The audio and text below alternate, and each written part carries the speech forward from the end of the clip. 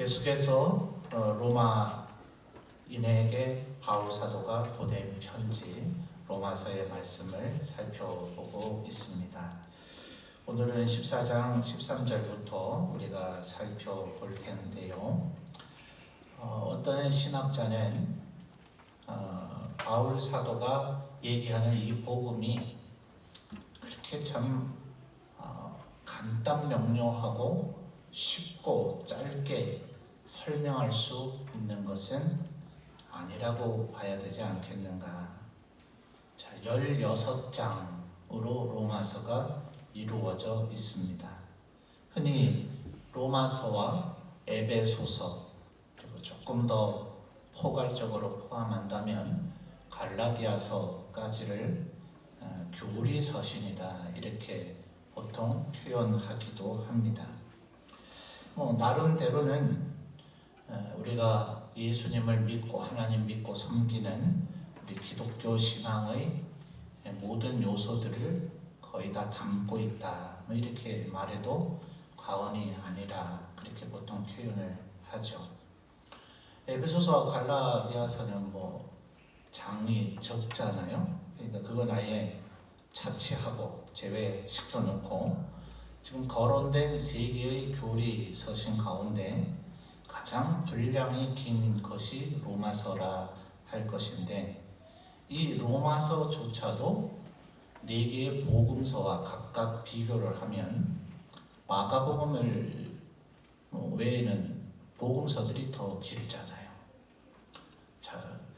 예수님의 말씀과 사역, 그게 요한 사도가 말하기를 주님이 말씀하신 것과 행하신 것을 다 적은 게 아니라 그랬죠. 그걸 다 적으려면 분량이 너무 많아서 이 세상에 둘 수가 없을 정도일 것이다. 그 중에 꼭 필요한 것만 적었다. 말하자면 복음서가 예수님의 언행, 말씀과 행동의 일종의 엑기스라 할 수 있겠죠. 그 중에 꼭 알아야 될 것, 예수를 믿고 따르는 이들이 꼭 알아야 될 것을 네 명이 각각 다른 관점에서 적었다. 그런데 교리라 하는 것은 사실은 예수님이 가르치신 말씀을 또다시 요약한 것이라 그렇게 보는 것이 사전적 정의가 되겠죠. 교리, 기독교 교리는 뭐냐? 예수님께서, 하나님께서, 신이 우리 인간들에게 바라시는 것, 또 우리에게 가르치신 것의 핵심 뼈대가 교리다 이렇게 말할 수가 있을 것인데, 그렇다면 과연 로마서 16장이 복음서들보다도 분량이 적은데 이렇게 적어서 그것을 요약 정리하는 것이 과연 가능한가? 이런 물리적인 생각만 보더라도 로마서의 표현들이 굉장히 농축 혹은 응축되어 있다 하더라도 참 효과적으로 다 설명하기는 쉽지 않겠다. 이런 결론을 신학자들이 내놓는 겁니다.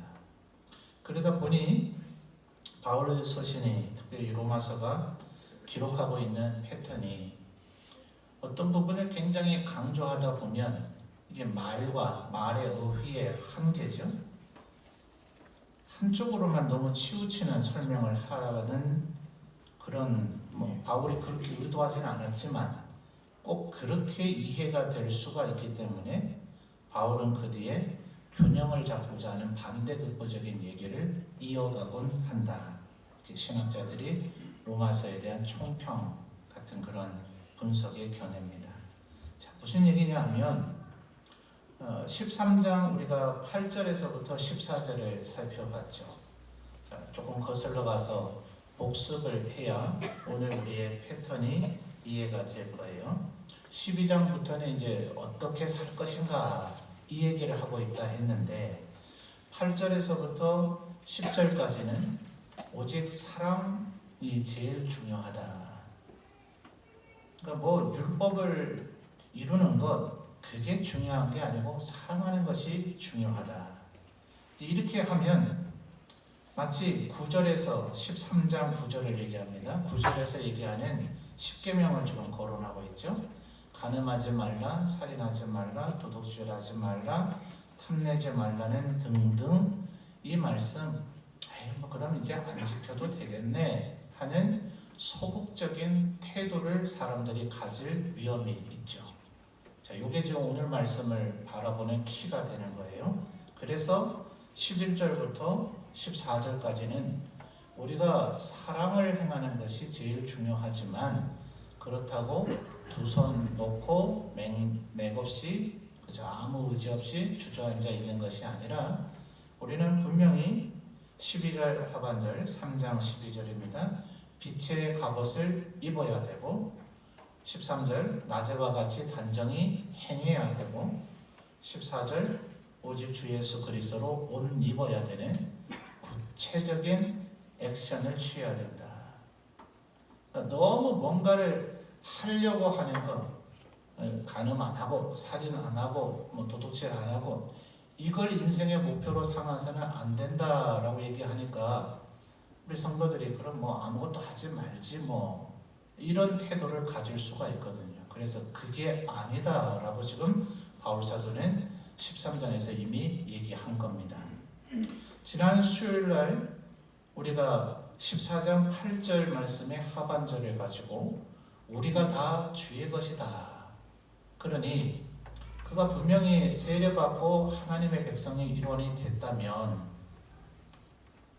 고린도전서 12장 3절에서 바울 사도가 또한 얘기하는 것처럼 누구든지 성령으로 아니하고서는 그리스도를 주라 할 수 없다 했잖아요.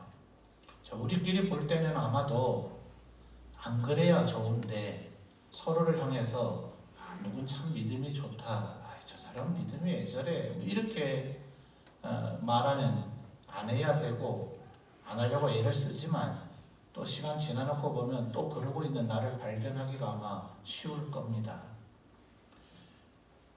우리가 그렇게 얘기하면 안 되는 거죠. 왜냐하면 우리의 눈에 믿음이 좋아 보이든 좋지 않아 보이든 간에 그는 그리스도께서 그의 자녀를 삼으신 존재이기 때문에 그렇습니다.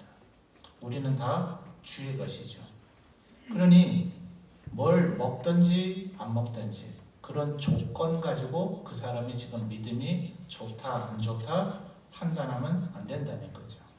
또 6절에서 5절이었죠. 14장 5절에서 얘기하는 것처럼 이 날을 저날보다 낮게 여기고 주로 이것은 안식일 내지는 주일을 아주 거룩하게 지키겠다 하는 태도를 가진 사람들을 보통 지칭하죠. 그 뒤에 5절 중반절에 모든 날을 갖게 여긴다. 주일만 그렇게 지내서 되는가? 월요일부터 토요일까지도 하나님 백성답게 살아야지. 이런 식의 태도란 말입니다. 그러니까 어느 쪽의 태도를 갖고 있든지 함부로 다른 사람을 비난하거나 비판하거나 3절에서 뭐라 그랬어요? 한쪽은 업신여기고 한쪽은 비판한다. 그랬죠. 그러니까 그렇게 하면 안 된다는 거예요. 그래서 7절과 8절은 우리가 자기를 위해서 사는 자가 없지 않는가. 6절부터 7절까지 누구를 위해서요? 주를 위하여. 거기 밑줄을 네 군데 나오니까 끄라 말씀을 드렸죠. 주를 위해서 우리는 하는 것이다. 그러니 8절에 사나 주구나 우리가 다 주의 것이다. 여기서 사나 주구나는 지금 같은 패턴으로 지금 대조해주고 있는 거죠. 먹든지 안 먹든지 어떤 날을 특별히 여기든지 모든 날을 똑같이 여기든지 살든지 죽든지 우리는 모두 다 주님의 것이니까 그런 이유 때문에 다른 사람을 업신여기거나 혹은 비판해서는 안 된다. 그러면 이제 애초부터 좀 술에 술 탄 듯 물에 nur 탄 듯 뜨뜻미지근하고 흐리멍텅한 사람은 이런 얘기 별로 자극받지 않아요. 애초부터 그렇게 살았으니까.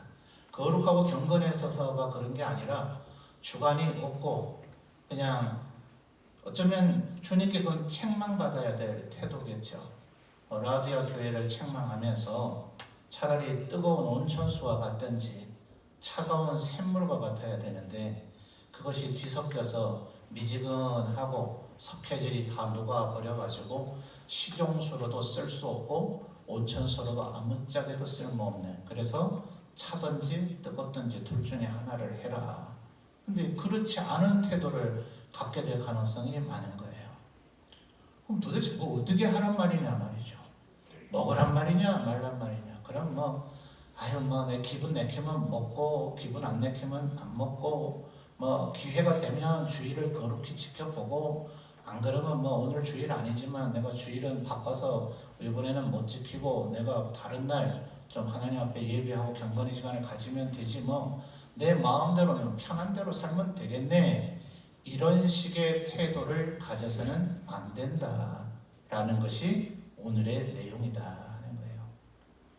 근데 이 14장 1절부터 12절까지의 내용을 너무 깊이 묵상하다 보면 먹는 것도 뭐 먹는 게 잘하는 게 아니라는 듯이 얘기하고 안 먹는 것도 잘하는 게 아닌 듯이 얘기하고 하니까 뭐 도대체 어떻게 하는 얘기냐 하면서 그냥 대충 그냥 그날의 기분대로 흐름 따라 그렇게 살면 되겠네 라고 결론 지으면 안 된다. 바울 사도는 지금 그 이야기를 하는 겁니다.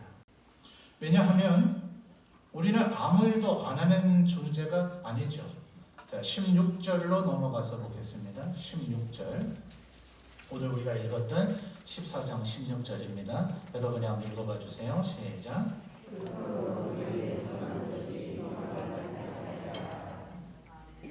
자, 선한 것이 비방을 받지 않게 하라 했는데 선한 것이 우리에게 있어야 될 거 아니에요. 일단은 선한 것이 있고 야 이게 선한데도 불구하고 다른 사람에게 비방을 받지 않아야 되는데 우리가 만약 선하지 않다면 자 여러분 우리는 종종 원수를 사랑하라 그러셨는데 원수에게 복수하지 않고 위해를 가하지 않고 내가 아주 극도로 분노했을 때 하던 식으로 심각하게 미워하지 않는다고 우리는 사랑하고 있다고 착각하고 스스로를 합리화하는 경우가 굉장히 많아요. 그 지금 복수하지 않는 거죠. 미워하지 않는 거지 그것은 사랑하는 것이 아니죠. 16절에 얘기하는 선한 것이라 하는 것은 무언가 선한 것을 도모해야죠. 내가 지금 세상 사람들처럼 감옥에 갈 죄를 짓지 않았다. 하나님 보시기엔 내가 그렇게 심각한 죄를 짓지 않은 것 같다. 왜요? 가정에서 열심히 가사를 돌보든지 아니면 아내 하는 일을 돕든지 가정과 교회와 직장과 때로는 사랑하는 친지들을 간혹 지인들을 만나는 뭐 이런 일 외에는 내가 하는 게 없으니까요. 늘 교회 왔다가 집에 갔다가 직장 갔다가 요것만 다람쥐 쳇바퀴 돌도 하고 있었으니까 나는 악한 일을 안 했지 않느냐. 맞아요. 악한 일을 안 했을지 몰라요. 그건 달란트 땅에 파묻어둔 거겠죠. 선한 일을 안 한 거죠. 그러니까 지금 사실은 14장에서 나는 절대로 먹지 않을 거야 이런 식의 태도, 먹는 게 뭐가 문제야 이런 강력한 어떤 주관이 있는 태도들은 뭐 때문에 나타나느냐 하면 바로 이 16절에 뭔가 하나님 앞에 선하게 한번 살아보겠다, 하나님 앞에 소위 우리 충성과 헌신을 다하겠다 하는 사람들은 뭔가 기준점이 있어야 된다고 자꾸 생각한단 말이에요. 그러니까 그런 일련의 태도를 갖게 되었어요. 주의를 거룩하게 지키는 일을 힘써야 되지 이런 식의 사고가 있어야 뭐 주의를 더 은혜롭게 하고자 하는 어떤 노력들도 할 것이고 예컨대 뭐 안내팀이 어떻게 더 잘해야 된다라든지 찬양대가 뭘 어떻게 더 잘해야 된다라든지 교회 마당에서 주차 안내하는 사람들 잘해야 된다든지 말이에요. 이런 식의 어떤 아이디어나 주장이나 다른 사람들과 함께 마음을 모아서 결의를 하자. 왜 이렇게 못하느냐, 왜 성실하게 자기 맡은 일을 하지 않느냐 하는 일련의 이런 주장과 말과 행동들은 다 뭐에서 나오는 거예요? 어떤 뭔가 선한 일을 하고자 하는 목적의식이 있어야 나온단 말이에요. 근데 그러다 보면 자꾸 다른 사람을 정죄하게 되니까 비판하지 말고 업신여기지 말고 정죄하지 말라. 그러니까 그럼 뭐 안 하면 되지 뭐. 이렇게 해서 아예 손을 놔버리는 그런 부작용이 생긴단 말이죠. 바울 사도는 그렇게 하는 얘기가 아니거든요. 그런 비난하고 정죄하고 다른 이들을 업신여기지 않으면서 선한 것을 도모해야 된다. 그것이 16절 문장의 의미다 하는 거예요. 너희의 선한 것이 뭐예요? 비방을 받지 않게 하라. 이게 지금 14장 1절에서부터 12절까지를 얘기한 바울의 의미이다. 아무것도 하지 말라고 손 놓자.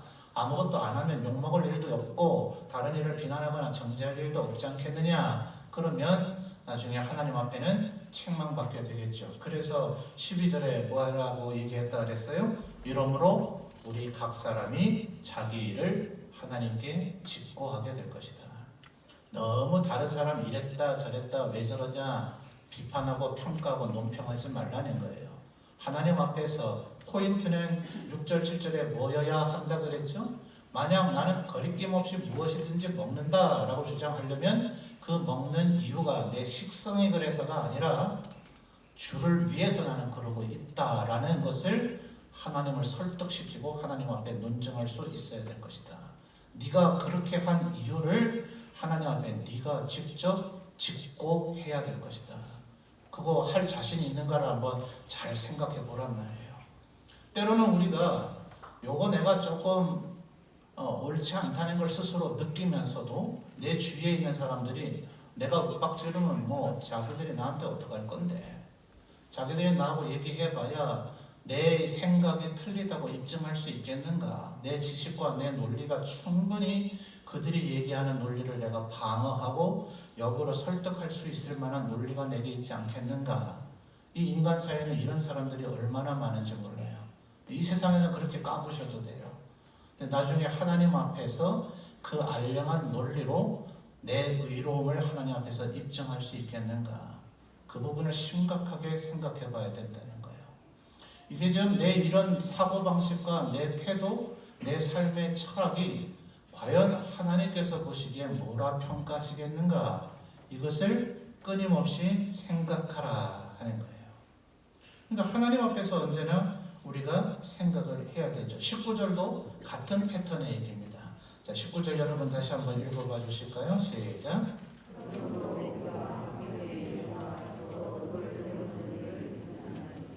자, 두 가지가 나왔죠. 19절에 끝 여러 단어들이 조합되어 있는 구들이 나오는데요. 두 개의 구가 끝에 단어는 뭡니까? 일이죠. 일.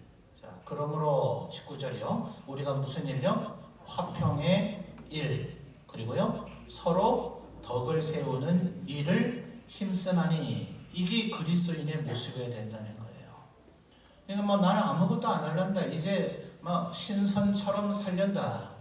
그러니까 이 세상에서 의롭게 살면서 하나님께 영광 돌리며 살면서 다른 이들을 비판하거나 업신여기지 않으면서 또 다른 이들에게 비방받지 않으면서 이렇게 살려니까 힘들거든요.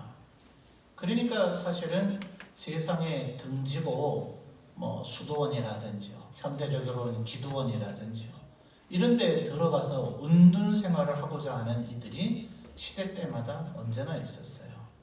바리새파가 잘한 부분도 많지만 책망받을 일도 많고 사두개인은 말할 바도 없고 그러니 세례 요한이 소속되어 있었다 할 만한 분파인 SNF파들이 소위 나중에 성경 4번이 많이 발견되는 사회 콤란 공동체가 바로 그들의 근거지다 이렇게 보통 평가를 해요. 아예 사회에서 등지고 사는 겁니다. 오늘날에도 미국과 유럽 쪽에 이런 기독교 공동체가 있어요. 아예 문명사회와 단절하고 자동차 타고 다니지 않고 여전히 말이 끌고 다니는 마차 타고 전기불 들어오지 않게 하고 뭐 그러면서 하나님 앞에 경건하게 살겠다고 추구하는 이들도 있어요. 뭐 그것도 한 방편이 될 수는 있겠는데 분명한 것은 19절에 바울 사도는 우리가 무언가 일을 해야 되는 존재다. 그러니까 이 과정이 다른 이들을 업신여기거나 비판하지 않고 비방받지 않고 그러면서 사는 게 쉽지 않다고 여겨서 아무 일을 안 하는 자가 되겠다라는 태도를 가져서는 안 된다 하는 거죠. 그런데 19절을 다시 한번 잘 보시면 화평이라 하는 것은 어차피 내 혼자 도모하는 것이 아니죠. 굳이 말한다면 17절을 보십시오. 17절을 보면 하나님의 나라는 먹는 것과 마시는 것이 아니요 오직 성령 안에 있는 세 가지가 나오죠. 첫째 뭡니까? 의, 두 번째 평강, 세 번째 희락인데요.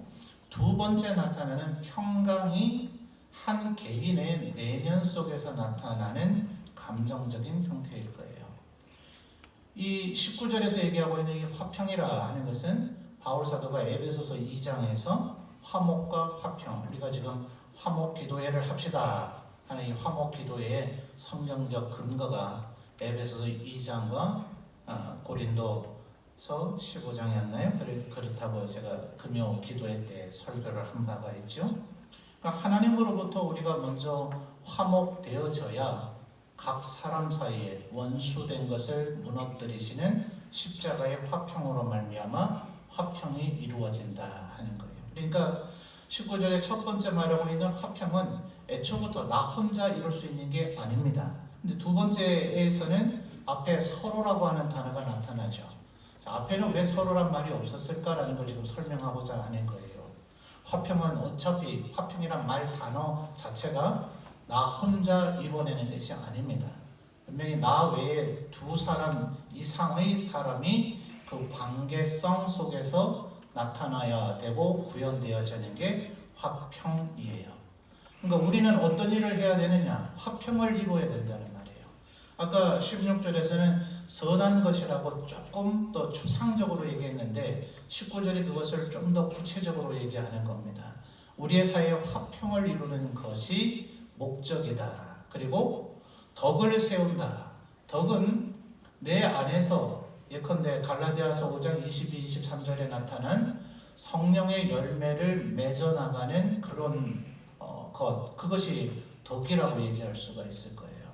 그 덕이 뭐예요? 성령의 열매, 예컨대 뭐 오래 참는다든지 사랑한다든지 자비한다든지 양선한다든지 이런 것인데 사실은 이 성령의 열매도 다른 이와의 관계성 속에서 이루어지는 거지 나 혼자 흐뭇하다고 해서 그 성령의 열매 맺은 게 아니거든요. 그런데 우리는 종종 예컨대 선한 사마리아인의 비유에서 주님이 지적하시는 것처럼 옆에 지금 누군가는 괴로움 가운데 죽어가고 있는데 나는 내 마음이 평안하면 내가 좀 온유한 줄로 착각하거든요. 그 죽어가고 있는 사람의 문제에 같이 동참해서 공감하고 개입하고 그 사람도 마음의 평강을 얻기 위해서 내 시간이든 물질이든 혹은 그 사람과 감정이입을 하다 보면 최소한 감정 노동이라고 하는 측면에서조차라도 여러분 혹시 신방 가시거나 상담하시거나 권면 같은 거 해보세요? 내 일이 아니잖아요. 내 가족이나 혹은 내 일상에서 벌어진 일이 아니고 이 사람의 인생과 이 사람의 지금 시공간 속에서 벌어진 일을 단지 나는 들어주고 있을 뿐인데 굉장히 감정이입의 차원을 넘어서서 그 일이 마치 나의 일인 것처럼 내가 내면적 상실을 입게 돼요. 이게 진정한 상담이고 신방이고 권면이거든요. 그러니까 구체적으로 우리의 몸의 행동으로 물리적인 그 사람의 일에 개입을 해서 예컨대 가난한 자라면 구제를 해준다든지 어떤 심각한 문제가 있다면 그 문제를 해결해 준다든지 하는 식의 개입을 하지 않는다 하더라도 나 혼자 있으면 기분이 흐뭇하겠지만 지금 19절에 뭐라 했다고요? 서로 나만 덕을 세우는 게 아니라 그 사람의 덕을 세우는 일을 내가 힘쓰고자 하면 반드시 나는 데미지를 입고 힘듦을 입게 되어 있다 하는 거예요.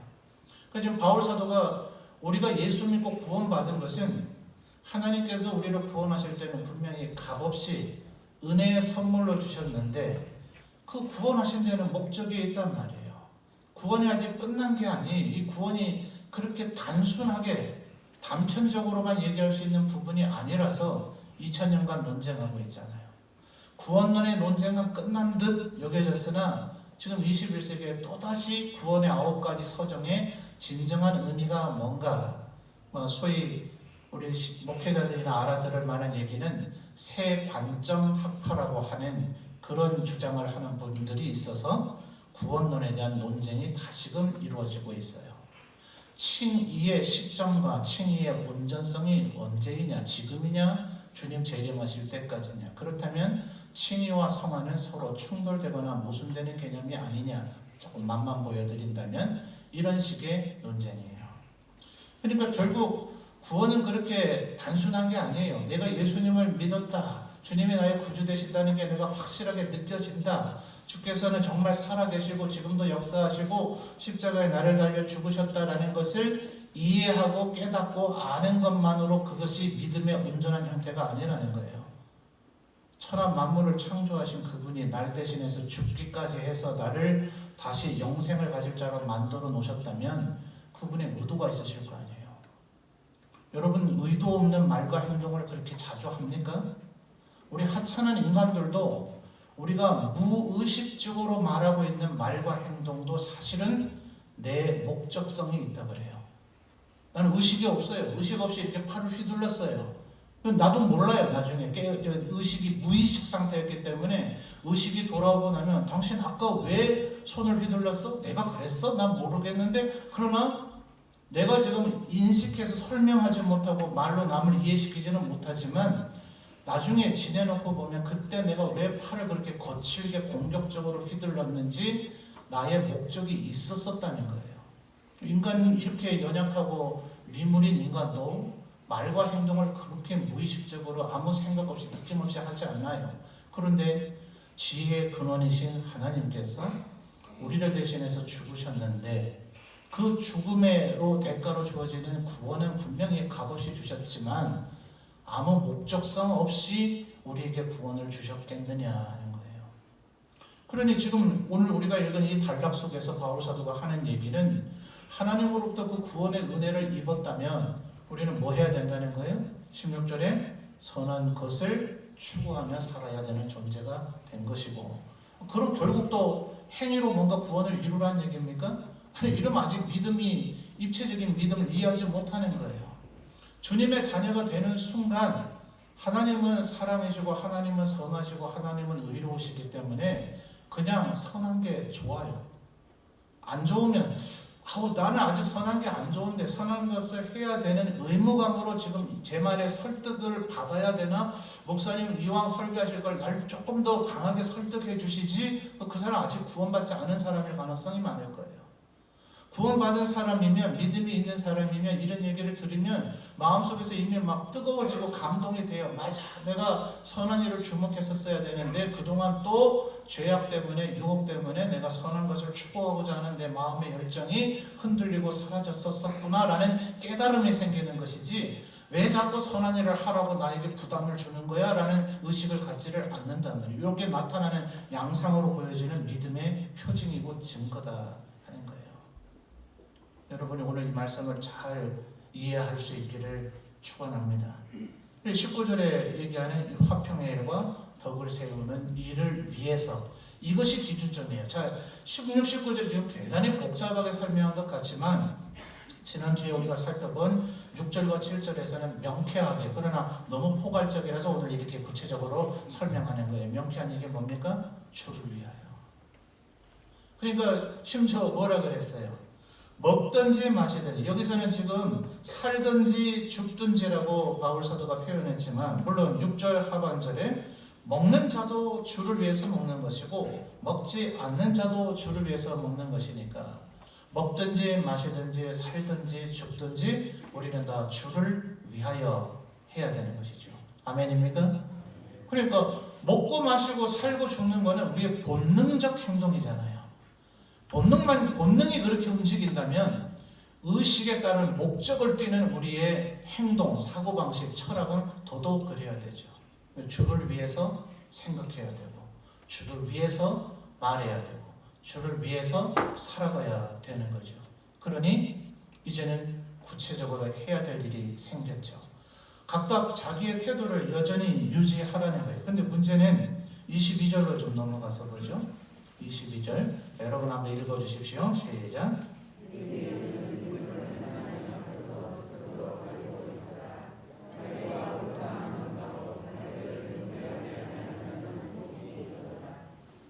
자, 자신의 태도를 견지하는 것이 대단히 중요하다는 거예요. 예컨대 쉬운 예를 들겠습니다. 이럴 수 있어요.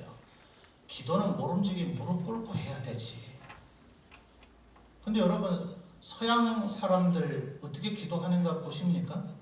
제가 가끔 우리 성도들에게 그냥 말씀만 보내면 조금 아쉬운 감이 있어서 그 말씀과 관련된 찬양을 보여드리는데, 우리 한국 사람들이 부르는 찬양으로 하지 않고 일부러 제가 미국 사람들이 부르는 찬양으로 보내드립니다.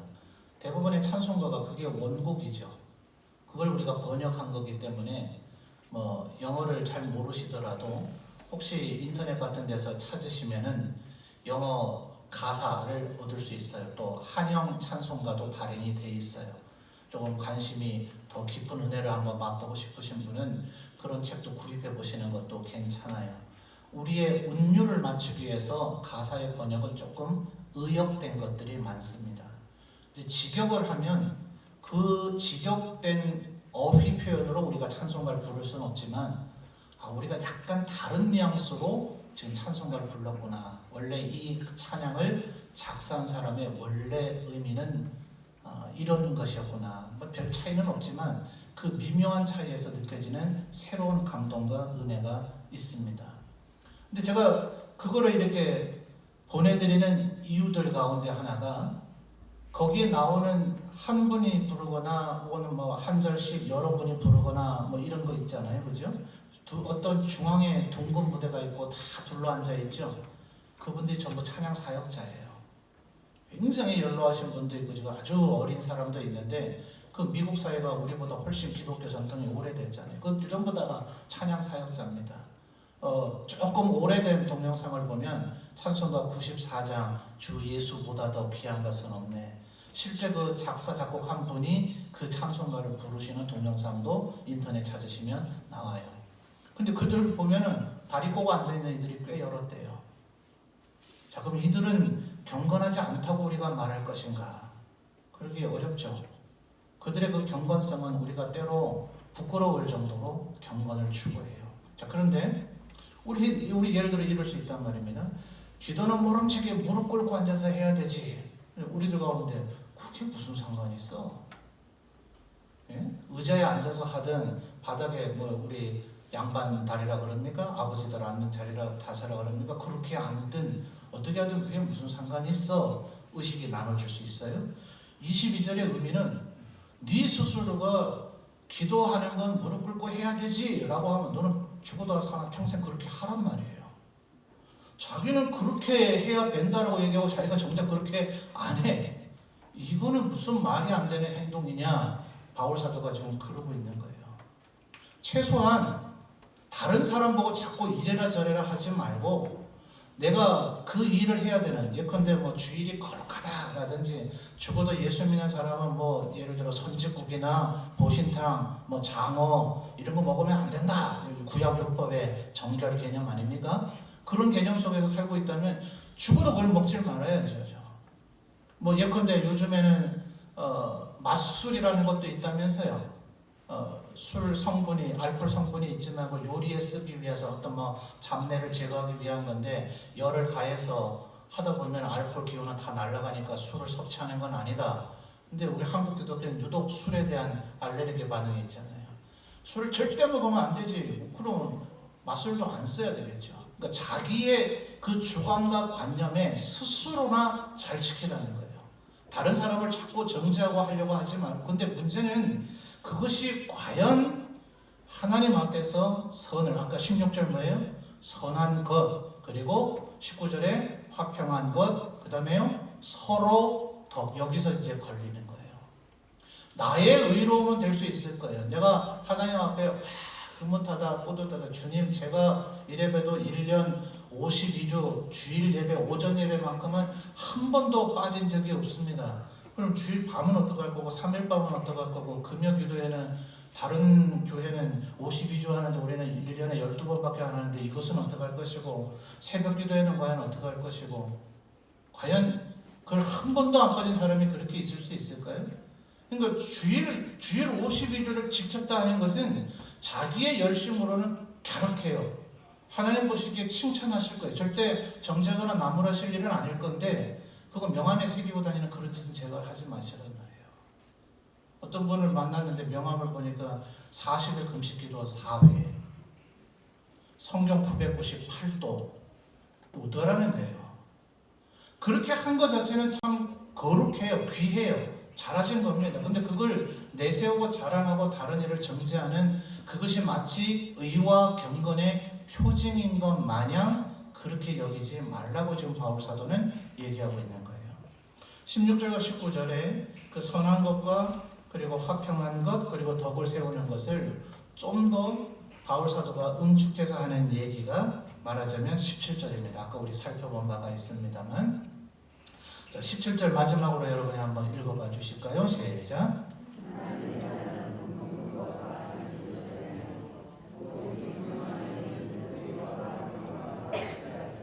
아멘. 자, 하나님의 나라. 세례 요한도 그러했고 예수님도 그러시고 요단강에서 그분의 공식적 메시지의 첫째 마디가 회개하라, 천국 혹은 하나님의 나라가 가까이 왔느니라 이렇게 얘기를 하셨죠. 그리고 주님은 이렇게 기도하라 하시면서 하나님의 나라가 이 땅에 임하시옵소서, 하나님의 뜻이 하늘에서 이루어진 것처럼 땅에서도 이루어지는 그 하나님의 나라 말입니다. 말하자면 이렇게 기도하라고 하신 거예요. 그러니까 제자들이 묻죠. 주님, 도대체 하나님 나라는 어디 있는 겁니까? 하나님의 나라는 여기 있다 저기 있다 그렇게 설명될 수 있는 영역이 아니라 너희들의 관계성 속에 있다. 너희 안에 한 사람 한 사람의 이 내면에 있다고 말하지 않으셨어요. In you. 이 you는 단수가 아닌 복수입니다. In you라고 얘기하지 않으시고 among you라고 얘기하셨어요. 너희들 사이의 관계.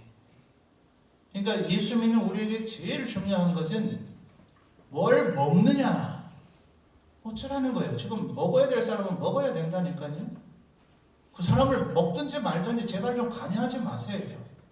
이 사람이 이것을 중요시 여기든지 중요시 않게 여기든지 그걸 관여하지 마세요. 그러니까 13절에 뭐라 그랬어요? 그런즉 우리가 다시는 서로 비판하지 말고 그러나 도리어 부딪힐 것이나 거칠 것을 형제 앞에 두지 않도록, 뭐 조금 거칠게 말해볼까요? 여러분 귀에 확 꽂히도록 너나 잘해라. 지금 바울 사도가 그 얘기하는 겁니다.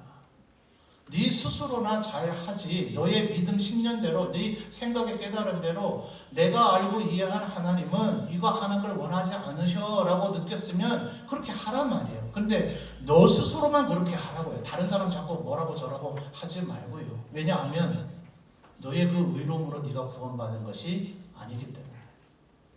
저 사람보다는 분명히 네가 상대적으로 의로워 보일런지 모르겠으나 하나님 앞에 그 너의 의로움에 도대체 무슨 가치가 있더냐. 그래서 17절에 하나님의 나라, 우리 사이에 있는 그 하나님의 나라, 예수 그리스도께서 우리 가운데 오심으로 이루어지는 그 하나님 나라에 우리가 들어가는 것은 뭘 먹느냐, 뭘 마시느냐, 아니냐 이 조건에 의해서 충족되는 것이 아니라, 그 다음에 뭐라 얘기합니까? 오직 성령 안에 있는. 자, 우리가 성경에 나타나는 단어를 볼 때마다 성경에서 이 단어를 어떤 용법으로 썼는지를 제발 그 맥락으로 이해를 해야 돼요. 갑자기 한 절 한 절을 읽으면 이단들이 특징이 그러하니까 정통교회 성도들도 마치 이단인 것처럼, 이단은 아니나 이단인 것처럼 앞뒤 얘기는 갑자기 다 사라져버리고 그냥 통상적인 우리의 사전적 개념의 의, 평강, 희러 이렇게 생각하려니까 이해도 안 되고 뜻이 풀리지가 않아요.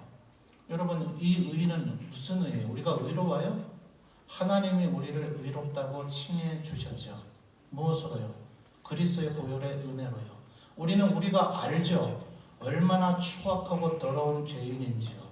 바울 사도는 노년이 됐을 때까지도 그 사실을 잊지 않았죠. 이미 과거의 실수와 실패에서는 벗어난 지 수십 년의 세월을 살았고 이제는 온 세계의 기독교인들에게, 제자들에게, 자기의 영적인 아들들인 바울, 디모데와 디도 같은 이들에게 존경받는 여지없는 그런 존재가 되었지만 그 스스로 자기를 뭐라 그래요? 나는 악행자요, 포행자요, 죄인 중에 괴수였다. 언제나 우리가 잊지 말아야 될 것은 우리는 용서받은 죄인이지 본질적 의인이 아니라는 것. 하나님 나라 안에 있는 성령 안에 있는 의는 내가 의롭다라는 어떤 자랑거리가 되는 것이 아니라 주님이 나를 의롭게 만들기 위해서 무슨 일까지 하셨는가를 생각하면 이 의라는 단어를 떠올릴 때마다 우리는 눈물 날 수밖에 없죠. 주님을 십자가에 못 박게 만들었던 나, 주님 앞에 그래서 겸손할 수밖에 없는 나, 감히 네가 무엇이길래 의를 입에 올릴 수 있느냐라는 것을 느낄 수밖에 없는 내가 깨달아져야 참된 믿음이 있는 사람인 줄 믿습니다. 그러니까 다른 사람이 잘하네 못하네 이걸 얘기할 수는 없어요. 다만 그 사람을 아까 19절의 마지막 바울 사도가 얘기하는 우리가 추구하고 힘써야 될 세 번째 영역이 뭐였습니까? 서로 덕을 세우는 건데, 다른 이를 사랑하고 주를 위한다 그랬잖아요. 그 사람을 위해서 그렇게 하는 게 아니에요. 그 사람이 왜 그걸 먹습니까? 라는 얘기를 하면 그 사람이 기분 나쁠까봐 그 얘기를 안 하는 게 아니라 주를 위해서 하는 거기 때문에 권면을 해야 된다면 우리가 본을 보이면 되는 거예요. 그런 걸 먹지 않고 마시지 않음으로써 우리가 얼마나 더 거룩하고 경건하게 사는가를 보여줘서 그들이 스스로가 각자가 누구에게 비난당하거나 비판하거나 업신여김을 통해서 그렇게 되는 것이 아니라 그 사람 스스로가 어차피 내가 언젠간 주님 앞에 서서 내가 왜 그렇게 했는지를 주님 앞에 짚고 해야 되기 때문에 그 스스로가 우리의 본을 보여줌으로, 그래서 베드로 사도가 베드로전서 5장에서 뭐라 그랬습니까? 장로들에게, 맡은 자들에게 주장하지 말고 본을 보이라. 끊임없이 본을 보여서 그들로 하여금 거기에 감동이 되어져서 그들이 그 행위들의 옳고 그름을 스스로 판단해서 본받게 하라는 거예요. 그런데 목사가 자꾸 이 강단에서 가르치니까, 그죠? 저는 이럴 수밖에 없는 거예요. 그러니까 저는 그런 말씀을 읽을 때마다 주님, 우리 목회자들은 본은 안 보이고 계속 주장만 하고 있네요 하는 그런 마음속에 괴로움이 있어요. 아무리 본을 보이려고 애를 쓰더라도 말을 많이 하고 계속해서 가르치고 설교하고 있기 때문에 본을 보이는 것보단 여전히 주장하고 있는 것이 목회자들이 아니던가 이런 생각이 듭니다. 우리 개혁교회의 최대의 강점이다, 최대의 약점이 되어버린 게 뭐냐 하면 미사가 아닌 설교 중심적 예배를 드리다 보니까 전부 다 목사 따라하고 목사 본받고 목사 흉내 내려고, 바울 사도처럼 내가 그리스도를 본받은 것처럼 나를 본받으라 해야 되는데 사실은 목사에게 본받을 게 그닥지 많지 않은데 자꾸 가르치는 것을 본받으려고 해서 우리끼리 남에게 훈계하고 가르치려 드는 일들을 많이 한단 말이에요. 그래서 우리는 이런 일이 한국 교회는 더더욱 많아요.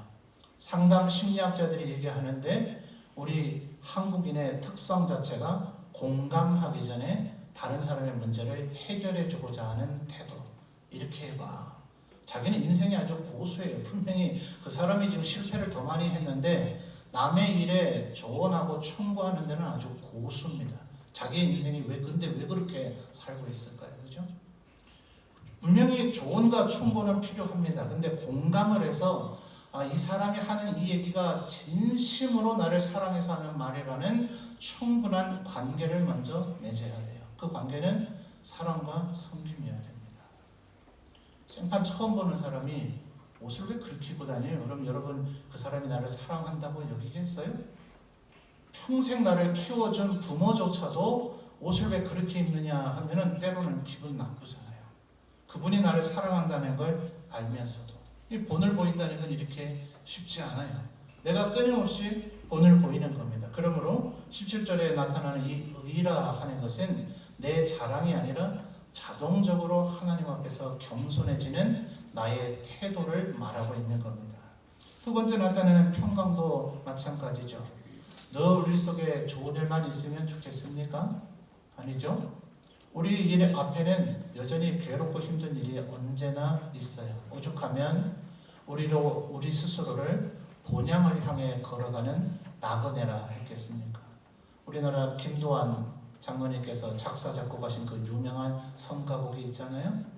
본향을 향해, 마치 철로 역정의 크리스찬을 묘사하는 것과 같은 그 가사. 이 본향을 향해 걸어가는 길이 얼마나 고단하고 힘들고 어려운지, 그러나 하나님께서 은혜와 능력을 주시면 이 세상 그 어떤 고난도 시련도 빼앗을 수 없는 평강이 우리에게 주어지죠. 자, 이 평강은 바로 그것입니다. 우리의 삶이 그냥 풀어주장 쉴만한 물가와 같은 것이 아니라 하나님의 나라를 구현하며 살기 위해서는, 그래서 내가 뭘 먹든지 안 먹든지 나의 그 철학과 나의 그 어떤 신념, 나의 기준점이 세워졌을 때는 분명히 그 일을 위해서 치러야 할 대가도 나의 더 엄격한 나 자신을 다스리고 절제해야 되는 그 괴로움이 있을 거예요. 그러나 하나님께서 주시는 힘이, 은혜가 있으면 우리의 마음속에 평강이 있죠. 그럴 때 진정한 희락이 우리에게 도래하는 겁니다. 하나님 앞에 영광 돌리고 하나님의 뜻대로 살아감으로써 내 스스로 느끼게 되는 감정, 기쁨의 감정. 분명히 성경은 빌립보서에서 바울 사도는 기뻐하라고 얘기하고 있잖아요. 그 기쁨이라고 하는 단어가 있는데 약간의 뉘앙스의 차이를 두면서 이 희락이라고 하는 단어를 쓰고 있어요. 단순히 한글로 기뻐하라, 한자 어휘로 희락이라 이렇게 좀 번역된 게 아닙니다. 헬라어 자체가 달라요. 그러니까 도대체 이 어휘의 차이가 뭐냐? 기쁨보다는 희락을 좀 한 단계 위에 어떤 감정적 상태로 지금 바울 사도는 규정짓고 있는 겁니다. 우리는 이것을 이루기 위한 목표가 있어야 돼요. 끊임없이 내 자신을 쳐서 복종시켜야 됩니다. 아까 22절의 이 얘기는 소위 우리 한국사회에서 지금 가장 이슈가 되는 말 중에 하나인 내로남불이죠. 나는 그렇게 안 하면서 남에게 자꾸 그렇게 하라고 얘기하지 말라는 겁니다. 심지어 바울 사도의 이 얘기는 중세 때에 소위 로마 캐톨릭에 의해서 성인으로 이렇게 추종된 사람이 있죠. 산다스니나요? 프란시스였는지 예화가 하도 오래된 예화라서 지금 기억이 갑자기 혼동이 됩니다. 제자들과 함께 금식을 했어요. 날짜를 정해놓고 했습니다. 꽤 오랜 기간이었습니다. 얼마나 힘들었을까요? 정말 먹고 싶겠죠. 근데 제자 한 사람이 그걸 참지 못하고 먹었습니다. 우리 공동체 이름을 더럽혔다. 마치 군대에서 그런 거 하잖아요. 밧줄로 한 중대를 외곽을 다 묶어놓고 무장 40km를 짊어지고 시간을 재가면서 달리기 구보를 해야 되죠. 우리 가운데 잘 달리는 동료가 있다고 해서 될 일이 아니죠. 내가 낙오되지 않고 모두가 함께 통과를 해야만 우리 중대가 최소한의 전투력을 가졌다고 평가를 받아요. 누가 1등 하느냐의 문제가 아니라 우리 모두가 함께 통과해야 되는데 금식을 그걸 참지 못하고 먹어버린 사람이 생겼어요. 그 사람을 바라보는 동료들의 표정이 어땠을까요? 정말 정죄를 넘어서서 저주하는 듯한 표정을 갖게 됐을 때 그 스승이 몇 숟가락을 더 먹어버렸다고 그러죠. 금식하는 거 분명히 좋은 것입니다. 하나님 앞에 우리의 경건을 이루는 좋은 방편이 될 수도 있습니다. 기도로도 안 되는 것을 금식으로 하나님 앞에 하라고 성경은 가르치고 있기도 합니다. 그러니 금식은 마땅히 장려되고 마땅히 우리가 그렇게 우리 육체를 쳐서 복종시키면서 했었어야 될 일입니다. 근데 그 위대한 중세의 성인은 제자의 그 실패를, 그 제자를 희생시키지 않기 위해서 자기가 오히려 더 먹어버렸다. 이것이 지금 바울 사도가 얘기하는 자세일 겁니다. 우리는 분명히 신념을 가지고 살아야 됩니다. 하나님의 말씀에 근거한, 예컨대 구약 율법과 또 십계명들을 비롯한 여전히 우리가 이루어야 되는 하나님 앞에 거룩함과 경건함과 덕의 기준점이 있습니다. 근데 그 기준점이 모두가 동일하지가 않습니다. 그리고 그것을 못 이루어내고 못 따라오는 이들이 있습니다. 그들을 정죄하고 비판해서는 안 되고 그들을 권면하고 세워나가는 방향성을 가져야 됩니다. 도대체 경계선이 모호하죠. 어디가 비판하고 정죄하는 것이고 어느 선이 그를 격려하고 이끌어가는 것일까요? 우린 늘 우리의 행동에 대해서도 자신할 수가 없습니다. 그러므로 우리는 매사에 늘 겸손해야 됩니다. 나의 행동에 대해서는 너무 확신하지 마십시오. 내 행동은 옳다. 아니요. 다른 모든 이들이 그 행동이 적절하지 않았다고 지금 여기고 있을지 모릅니다. 그러니까 끊임없이 우리 스스로를 반성해야 되죠. 그래서 매일같이 말씀 읽고 기도해야 되고, 그리고 하루를 살고 그 삶을 마감하고 잠자리에 들기 전에 오늘 내가 어떻게 살았는가를 되돌이켜 볼 때 그것이 경건을 이루는 방편이다. 중세의 경건주의자들이 그렇게 경건을 힘쓰며 살았다 그랬습니다. 그래서 오늘 우리가 주신 이 말씀을 가지고 핵심은 누구도 비판하지 말고 우리 스스로를 삼가하고 나에게는 엄격하고 다른 애들에게는 너그러워야 되겠다. 이렇게 살아가시는 저와 여러분이 되시기를 바랍니다.